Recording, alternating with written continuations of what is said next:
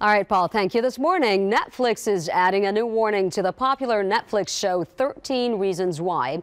The controversial series is adapted from a best-selling novel about a teen girl who commits suicide and then sends cassette tapes to those she blames for her decision.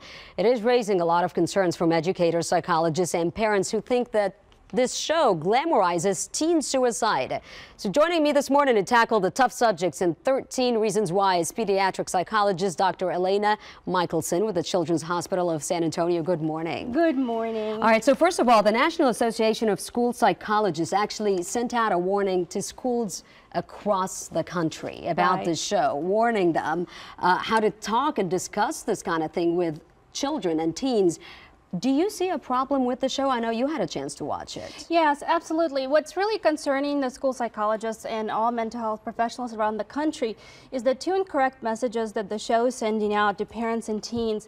The first one is that suicide is the result of actions of other people, and the second one is that there is no mental health available for teens who are contemplating thoughts of suicide. And it's interesting you talk about that, because the other argument here is the show raises some very important issues that our teens nowadays are dealing with constantly, which is cyberbullying, sex assault, vicious rumors, and that really affects them.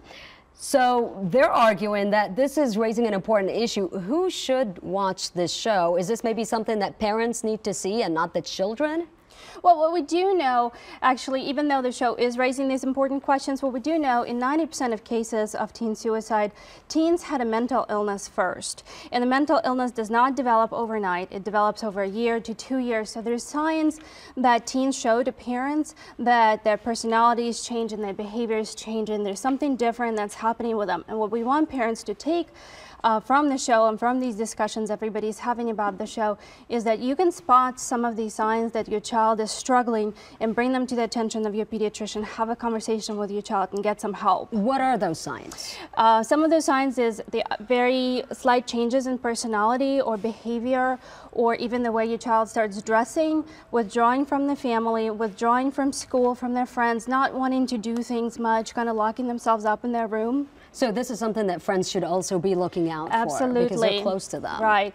But also it's important for everybody to know that parents and friends cannot help the child. They really need to seek help of their pediatrician or mental health professional. How do you get that help? Who do you go to here in town? Your pediatrician really should be the first source of the person you go to. Okay. Thank you very much. JED is a national organization, by the way, dedicated to helping young adults. So if you want someone to talk with, text START to 741-741, or you can call 1-800-273-TALK or 1-800-273-8255. Again, Dr. Elena Michelson, thank you so much for joining us this morning. We're going to be right back.